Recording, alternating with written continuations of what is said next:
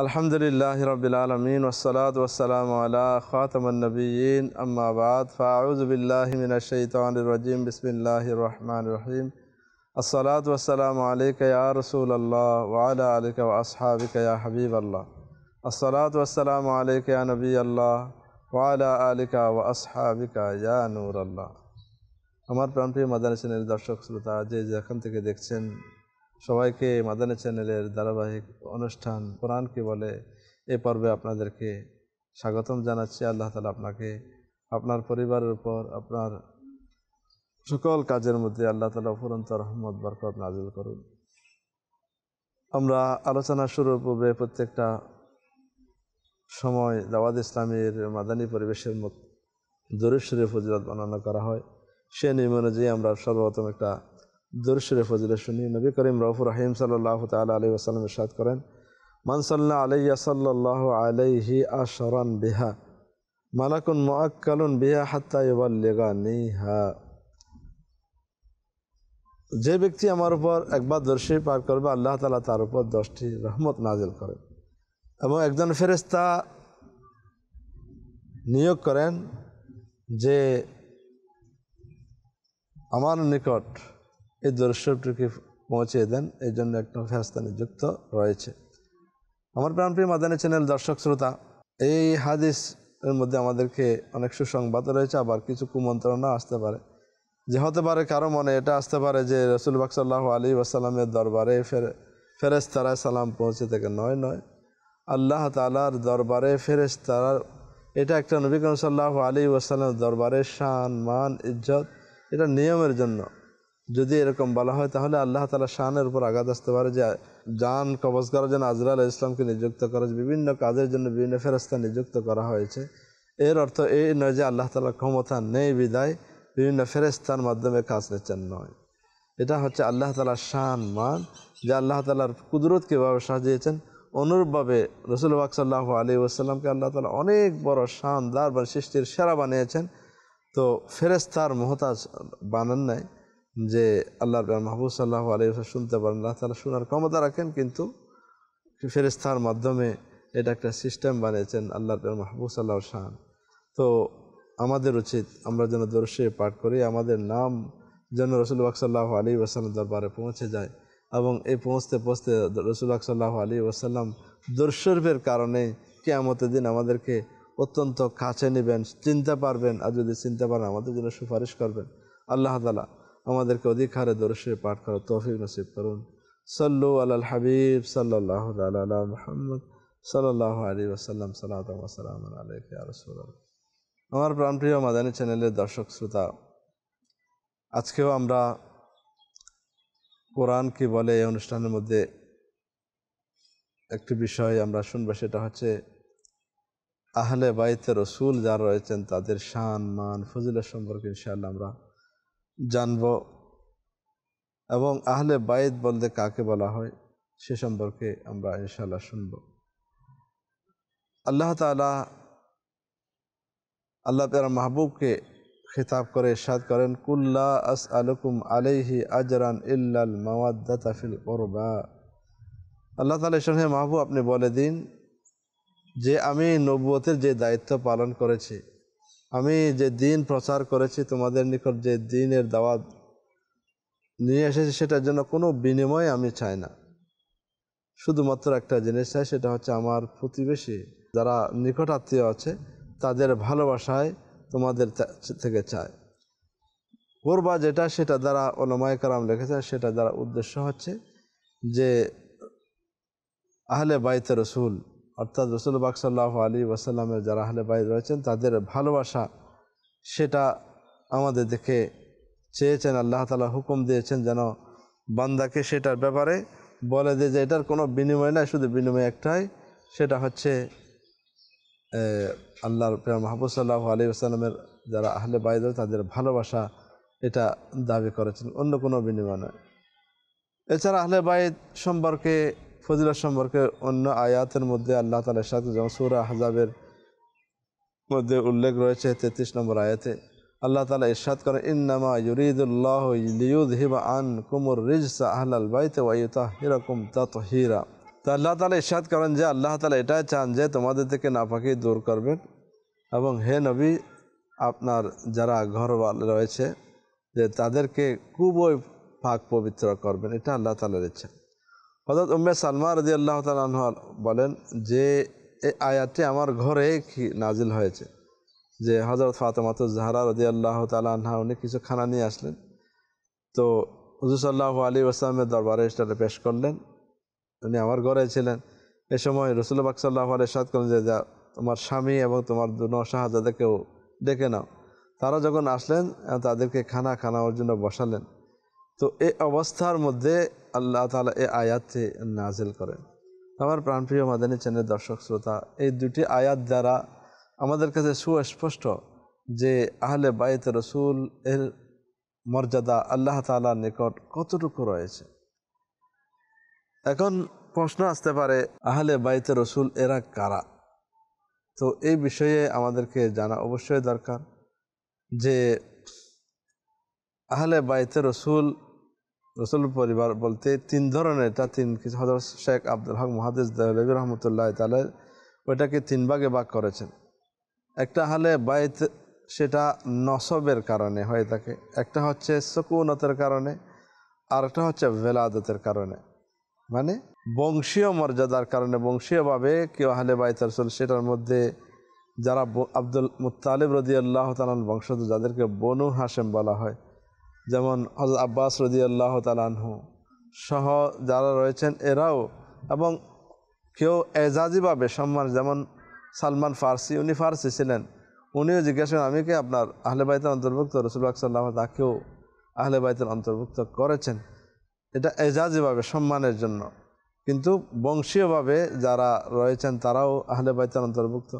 আরেকটা হচ্ছে সুকুনত, অর্থাৎ একসাথে বসবাসের কারণে, এক ঘরের মধ্যে থাকার কারণে আহলে বাইত যারা রয়েছেন তাদের মধ্যে আজওয়াজে মুতাহারাতাত উম্মাহাতুল মুমিনিন রাদিয়াল্লাহু তাআলা আনহুম আজমাইন, এরাও আহলে বাইতের অন্তর্ভুক্ত। আর হচ্ছে ভেলাদতের কারণে জন্মসূত্রে যারা আহলে বাইত, এদের মধ্যে হচ্ছে হুজুর সাল্লাল্লাহু আলাইহি ওয়াসাল্লাম এবং হযরত আলী রাদিয়াল্লাহু তাআলা আনহু, মা ফাতেমাতুজ জাহরা রাদিয়াল্লাহু তাআলা আনহা, হযরত হাসান হাসান রাদিয়াল্লাহু তাআলা আনহু, এদেরকে অন্তর্ভুক্ত করা হয়েছে। আমার প্রাণপ্রিয় মাদানী চ্যানেলের দর্শক শ্রোতা, আহলে বাইত যারাই হোক, কেউ যদি সৈয়দ আমাদেরকে পরিচয় দেয়, তাদেরকে ইজ্জত করা এটা কোরআনের হুকুম। এটা কোরআনে পাকের মধ্যে আমাদেরকে তাগিদ দেওয়া হয়েছে, আমরা তাদেরকে ইজ্জত করব, যদিও সে বেআমল হোক, যদিও তার মধ্যে আমল না থাকুক। এবং তাদেরকে আল্লাহ তাআলা এত সরদার আমাদের বানিয়েছেন। ইসলামের যেটা শরীয়ত আহকামের মধ্যে এটা আহকাম হচ্ছে যে তাদেরকে যাকাত দেওয়া যাবে না। যাকাত হচ্ছে সম্পদের ময়লা, তারা যদি অভাবও পড়ে তারা চাইতেও পারবে না, এবং তারা কেউ যদি যাকাত দেয় তাদের যাকাতও কবুল হবে না, সেটা যাকাত আদায় হবে না। তো তাদেরকে আল্লাহ তাআলা কত মূল্যবান বানিয়েছে যাতে সম্পদের ময়লা তাদের হাতে না যায়। তো বলতে পারেন তারা বিপদে পড়লে তাদেরকে সাহায্য করতে পারবো না? অবশ্যই তাদের জন্য আমির আহলে সুন্নত এবং আলা হযরত আমির আহলে সুন্নত এদেরকে তো এত ভালোবাসতেন, যদি কাউকে যদি কোনো কিছু দিতেন, একটা দিলে যারা সৈয়দ তাদেরকে দুইটা দিতেন। অর্থাৎ পরিষ্কার মাল, যেগুলো যাকাত নয়, যেগুলো সদকা নয়, এগুলো তাদেরকে সদকা দেওয়া যাবে না, যাকাত দেওয়া যাবে না, ওয়াজিব সদকা সেটা দেওয়া যাবে না। আপনি হাদিয়া দেন, তোহফা দেন, তাদের ইজ্জত করেন, তাদেরকে সম্মান করেন, তাদের খেদমত করেন, এটা তো আমাদের দুনিয়া আখিরাতের জন্য নাজাতের ওসিলা। তো তাদের আমরা খেদমত করব, তাদেরকে ইজ্জত দেব। আহলে বাইত রাসূল পাক সাল্লাল্লাহু আলাইহি ওয়াসাল্লাম তো ইরশাদ করেছেন যে তোমরা তোমাদের সন্তানদেরকে আদিবু আওলাদাকুম সালাসা খিসাল, যে তোমরা তোমাদের আওলাদ যারা আছে তাদেরকে তিনটি বৈশিষ্ট্য, তিনটি জিনিস শেখাও। এর মধ্যে এক নম্বর হচ্ছে তোমাদের নবীর ভালোবাসা শেখাও, তোমাদের নবীর ভালোবাসা শেখাও। নম্বর 2 হচ্ছে আহলে বাইত রাসূল অর্থাৎ নবীর আওলাদের ভালোবাসা শেখাও। 3 নম্বর হচ্ছে কোরআনে পাক শেখাও। তো এখানেও আহলে বাইতের মহব্বত শেখানোর কথা রাসূল পাক সাল্লাল্লাহু আলাইহি ওয়াসাল্লাম তাগিদ দিয়েছেন। এছাড়া আহলে বাইত রাসূল যারা আছে তাদের মহব্বত করা এটা আমাদের জন্য অত্যন্ত জরুরি, কারণ এটা কোরআনে পাকের মধ্যে আমাদেরকে শিখিয়েছেন, আমাদেরকে বলেছেন যে হযরত আব্দুর রহমান বিন আবি লাইলা রাদিয়াল্লাহু তাআলা আনহু নিজের পিতা থেকে বর্ণনা করেন, রাসূল পাক সাল্লাল্লাহু আলাইহি ওয়াসাল্লাম ইরশাদ করেছেন, কোনো বান্দা ওই সময় পর্যন্ত মুমিন হতে পারবে না, অর্থাৎ প্রকৃত মুমিন হতে পারবে না যতক্ষণ পর্যন্ত আমি তার নিকট তার প্রাণের চেয়ে মাহবুব অর্থাৎ সবচেয়ে প্রিয় হবে না, এবং আমার আহলে বাইত এবং আমার যারা আমার আহলে খানা পরিবারের মধ্যে রয়েছে তারা নিজের পরিবারের চাইতে আমার আহলে বাইতকে ভালোবাসবে না, আমার আওলাদকে তাদের আওলাদের সাথে বেশি ভালোবাসবে না। এই যতক্ষণ পর্যন্ত এগুলি করবে না, নিজের সত্তাকে আমার সত্তার সাথে বেশি মাহবুব মনে করবে না, প্রিয় মনে করবে না, ততক্ষণ পর্যন্ত কি হবে না, সে মুমিনে কামিল হতে পারবে না। সুতরাং আমরা এই ফজিলত থেকে আমরা জানতে পারলাম যে আহলে বাইতে রসুল যারা রয়েছেন তাদের ইজ্জত করা সেটা আমাদের জন্য ফরজ, তাদেরকে এহতারাম করা, তাদের মহব্বত রাখা সেটা আমাদের জন্য ইমানের দায়িত্ব। সুতরাং আহলে বাইতে রসুল এর ইজ্জত করতে হবে। তবে আহলে সুন্নাত ওয়াল জামাত যেটা ইসলামের মূলধারা, প্রশ্ন আসতে পারে সাহাবায়ে কেরাম এদেরকে সম্মান নেয়, আহলে বাইতে রসুলের সম্মান আছে, এক্ষেত্রে আমরা কি করব? আমরা তো কোরআনের পাকের মাধ্যমে এখন আমরা শুনলাম যে আহলে বাইতের সম্মান, আমরা আরেক পর্বে শুনেছি সাহাবায়ে কেরাম শাহানা শুনে যে প্রত্যেক সাহাবী জান্নাতি, প্রত্যেক সাহাবী জান্নাতি। সুতরাং আহলে সুন্নাত ওয়াল জামাত দোনো ফরিককে, দোনো দলকে ভালোবাসে, আহলে বাইতে রসুলকেও ভালোবাসে, আবার এদের ভালোবাসার পরে সাহাবায়ে কেরামকে ঘৃণা করে না, আবার সাহাবায়ে কেরামের ভালোবাসার মধ্যে পড়ে আহলে বাইতকেও ঘৃণা করে না। কারণ সাহাবায়ে কেরামকে আল্লাহর প্রিয় মাহবুব সাল্লাল্লাহু আলাইহি ওয়াসাল্লাম নক্ষত্রের সাথে তুলনা দিয়েছেন যে as-সাহাবী কান নুজুম, যে আমার সাহাবী হচ্ছে নক্ষত্রের মতো, যারও ইক্তেদা করা হয় সে হেদায়েত পাবে। আবার আহলে বাইতে রসুল যারা আছে তাদেরকে নূহ আলাইহিস সালামের কিস্তির সাথে তুলনা করা হয়েছে, যে কিস্তির মধ্যে ওই যে তুফানের মধ্যেও বেঁচে গিয়েছেন, যে আমরাও ইমান আকিদা যদি বাঁচাতে চাই তাহলে আমরা আহলে বাইতে রসুলের যদি মহব্বত করি, তাদের দামানকে ধরি, তাহলে আমরা ইমান বাঁচাতে পারব। সুতরাং আমরা আহলে সুন্নাত ওয়াল জামাত সাহাবায়ে কেরামকেও মহব্বত করি, আহলে বাইতে রসুলকে মহব্বত করি। কোনো সাহাবার প্রতি আঙ্গুল উঠানো এটা কোনো মুসলমানের স্বভাব হতে পারে না, কোনো মুসলমানের এটা ইমানি চরিত্র হতে পারে না। আমরা সকল সাহাবায়ে কেরামকে ইজ্জত করি এবং আহলে বাইতে রসুল তাদেরকেও আমরা ইজ্জত করি। আর আমাদের ওলামায়ে কেরামও এটার শিক্ষা দিয়েছেন যে আহলে বাইতে রসুলকে কীভাবে ইজ্জত করতে। আমার আকা আলা হযরত রহমতুল্লাহ তাআলা আলাইহি কেমন ইজ্জত করতেন, কেমন সম্মান করতেন। বলেছিলাম যে ওনারা কোনো মজলিসে বলে কোনো কিছু দেওয়া হতো, সেখানে সৈয়দজাদা আসলে তাদের ব্যাপারে আগে থেকে হুকুম দেওয়া আছে তাদেরকে যেন 2টা দেওয়া হয়, তাদেরকে যেন 2টা দেওয়া। এছাড়া একবার আলা হযরত রহমতুল্লাহ তাআলা আলাইহি উনি লিখনির মধ্যে বেশিরভাগ ব্যস্ত থাকতেন, বিভিন্ন প্রোগ্রাম মাহফিল করা, এটা বছরে 2টায়, একটা ওনার মিলাদুন নবীর এবং একটা ওনার পীর ও মুর্শিদের ওরসের মধ্যে উনি যেতেন, বয়ান করতেন, তকরির করতেন। একবার এক জায়গার মধ্যে দাওয়াত করা হলো, অনেক বিশাল আয়োজন, তো নিয়ে যাওয়ার জন্য তাকে ওই সময় গাড়ি ছিল না, পালকির ব্যবস্থা করা হয়েছে। তো ওই পালকির যে বেয়ারাগুলো ছিল 4 জন, তারা এটা বহন করে নিয়ে যাচ্ছে। আলা হযরত রহমতুল্লাহ তাআলা ওই পালকির মধ্যে উঠলেন, কিন্তু আলা হযরতের আহলে বাইতে রসুল সাল্লাল্লাহু আলাইহি ওয়াসাল্লামের প্রতি কেমন মহব্বত। 4 জনের মধ্যে একজন আহলে বাইত রয়েছেন, আলে রসুল রয়েছেন, উনি বলেন নাই, উনি তো বেয়ার 4 জন, তো এটার চেহারার মধ্যে লেখা নাই উনি সৈয়দজাদা, কিন্তু আলা হযরত রহমতুল্লাহ তাআলার কেমন আশিক রসুল ছিলেন, কেমন আশিকে আহলে বাইতে রসুল ছিলেন। উনি বুঝে গেলেন যে এখানে কেউ না কেউ আহলে বাইতে রসুল আছে, নাহলে উনি খুশবে পেয়েছেন। তো উনি বললেন যে তোমরা পালকি থামাও, তোমাদের মধ্যে কে আহলে বাইতে রসুল আছে, কে সৈয়দজাদা আছে আমাকে বলো। সবাই কিছুক্ষণ খামোশ থাকার পর বারবার যখন বলা হলো যে এটা বলতে হবে নাহলে আমি সামনে যাব না, তখন একজন বলল যে হুজুর আমি সৈয়দজাদা, আমার ঘরের মধ্যে অভাব, কি করব এই পেশাটা অবলম্বন, আমাদের তো কারোর কাছে হাত পাতা এটা নিয়ম নেই, আমরা জাকাত খেতে পারি না, সদকা খেতে পারি না, তাই হালাল রুজির জন্য এটা অবলম্বন করেছি। আলা হযরত রহমতুল্লাহ তাআলা চোখের পানি ছেড়ে দিলেন, নিজের পাগড়িকে ওনার কদমের মধ্যে রেখে দিলেন এবং ওনার কাছে পায়ে পরে ক্ষমা চাইলেন যে হাই আমি কিয়ামতের দিন কি জবাব দেব, যে তুমি কি আমার বংশের একজন औलादকে পেয়েছো তোমাকে কাঁধে নেওয়ার জন্য? আমি কি জবাব দেব? আমাকে মাফ করে দাও। সে বলল, হুজুর মাফ করে দিয়েছি। আপনি মাফ করেছেন ঠিক আছে, কিন্তু আমার মন ততক্ষণ পর্যন্ত শান্ত হবে না যতক্ষণ না আমি এটার কফারা আদায় করব না। কফারা কি? আপনাকে এই পালকির মধ্যে উঠতে হবে এবং আমি আপনাকে কাঁধে করে যতটুকু আনি ততটুকু নিয়ে যাব। তখন এটার কফারা হবে, তখন আমি আল্লাহ রসুলের দরবারে আমি মুখ দেখাতে পারবো। এখন একজন জগৎ বাসা আলেম, মনে রাখবেন, একজন আলেম একজন সৈয়দজাদা হলেও সে যদি আলেম না হয়, আর একজন সৈয়দজাদা নয় আলেম, ওই আলেমের মূল্য ও সৈয়দজাদা থেকেও বেশি। এটা ইসলামের নিয়ম, এটা শরীয়তের হুকুম হচ্ছে একজন আলেমের ইসলামের মধ্যে সবচেয়ে দাম বেশি। কিন্তু আল্লাহ রসুলের প্রতি মহব্বত দেখেন, জগৎ বাসালা যার জন্য সবাই দুলান হয়ে দাঁড়িয়ে আছে একটু জিয়ারত করার জন্য, যার ফতোয়ার জন্য পুরো দুনিয়া থেকে প্রশ্ন আসে, আজ সবাই হতবাক হয়েছে, আশ্চর্য হয়ে আছে, যে বললেন যে উনি অনেক কান্না করে পিড়াপিড়ি করলেন, উনি মানলেনই না, আল্লাহ হযরত আপনাকে উঠতেই হবে, এবং উঠলেন। এবং জগৎ বাসা সে আলেম আশিক রসুল, যিনি 50টির বিষয়ের উপর কলম ধরেছেন, অনেকে বলে 120টি বিষয়ের বেশি কলম ধরেছেন, যিনি অনেক ভাষার মধ্যে পাণ্ডিত্য ছিলেন, অনেক বিষয়ের মধ্যে তার পাণ্ডিত্য ছিল,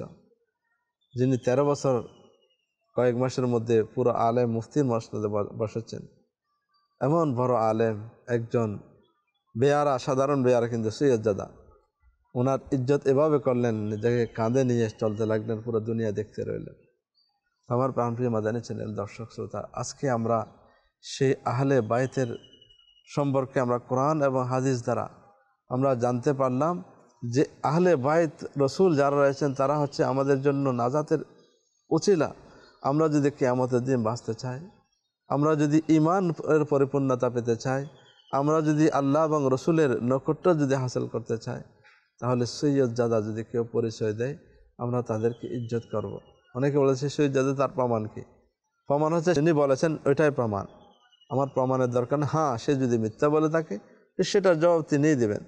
আমরা আমাদের অন্তর থেকে সৈয়দজাদা যখন সৈয়দ পরিচয় দেবে তাদেরকে আমরা ইজ্জত করব, তাদেরকে আমরা যথাযথ সম্মান দেব, তাদের থেকে আমরা বরকত হাসিল। আর যদি সে যদি আলেমে দিন হয়, সে যদি পীর ও মুর্শিদ হয়, তার মর্যাদা আরও বেশি, আমরা তাকেও সম্মান করব। তবে মনে রাখবেন, যেন আহলে বাইতের রসুলের মহব্বতের মধ্যে পড়ে আমরা যেন সাহাবাইকার কোনো সাহাবা, অনেকে মহব্বতে আমির মুআবিয়া রাদিয়াল্লাহু তাআলা আনহু, আবু সুফিয়ান রাদিয়াল্লাহু তাআলা আনহু, অনেক সাহাবী, অনেকেই সাহাবায়ে কেরাম মহব্বত করতে গিয়ে আহলে বাইতের মহব্বত করতে সাইয়েদনা সিদ্দিক আকবরকে মহব্বত করে না, ওমর রাদিয়াল্লাহু তাআলা আনহুকে মহব্বত করে না।